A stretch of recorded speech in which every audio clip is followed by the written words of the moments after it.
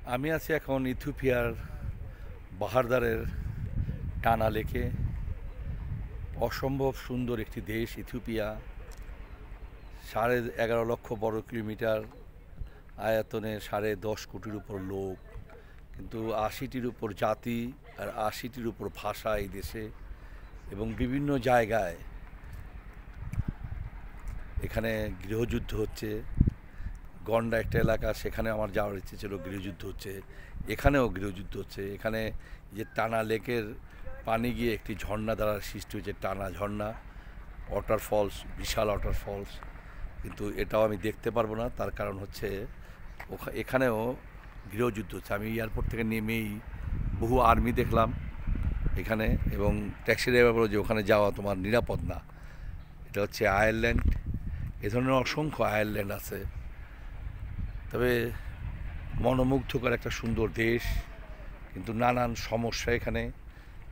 রাস্তাঘাটের অবস্থা খুব ভালো, এবং বহু নতুন নতুন বিল্ডিং হচ্ছে, এবং হোটেলের ভাড়াও খুব সস্তা। আমি যাই আইএস হোটেলে আছি, সেটার ভাড়া $46। তো সেটাও আমি 7 স্টার 5 স্টার হোটেলে যেহেতু থেকেছি, তো সেটাও ওই স্ট্যান্ডার্ডের হোটেল। এবং $46 যে ভাড়া নিয়েছে আমার কাছ থেকে, এয়ারপোর্ট থেকে আমাকে নিয়ে এসেছে, আবার আমাকে পৌঁছে দিবে এয়ারপোর্টে। আজকে যে আমি এখানে এসেছি, এখানেও পৌঁছে দেবে। তো সেটাই তো আসতে যেতে প্রায় $20 ভাড়া। নাস্তা খেয়েছি, নাস্তাও আমার মনে হয় $10 উপর ভাড়া হবে। রুমের মধ্যে কফি টফি আছে, ফ্রিজ আছে, চা আছে, বেলকনি আছে, সবই আছে। হাই স্ট্যান্ডার্ড একটি রুম, স্ট্যান্ডার্ড রুমের চেয়েও হাই স্ট্যান্ডার্ডের চেয়েও বেটার। অনেক বড় একটি রুম, এবং রুমের মধ্যেও brush, shampoo, bath gel, lotion সব কিছু দেওয়া আছে। ক্যাপ, কটন বার্ড সব আছে সেখানে। যাই হোক, অসম্ভব সুন্দর এবং খুব সস্তা একটি দেশ। এখানে ডলার চেঞ্জ করা হচ্ছে সমস্যা। আমি তো ইতিমধ্যেই প্রায় 1000 খানিক ডলার ভাঙিয়েছি, তাতে আমার মনে হয় $400-500 আমার খরচা গেছে। আমি এয়ারপোর্টে ভাঙিয়েছিলাম, সেখানে আমারকে তারা যে টাকা দিয়েছে তাতে 5,600-700 টাকা, কিন্তু 56-57 টাকা। কিন্তু আপনি বাইরে ভাঙালে 100 টাকা বা 120 টাকা। এই হচ্ছে এখানকার অবস্থা। অনেক সস্তায় আপনি।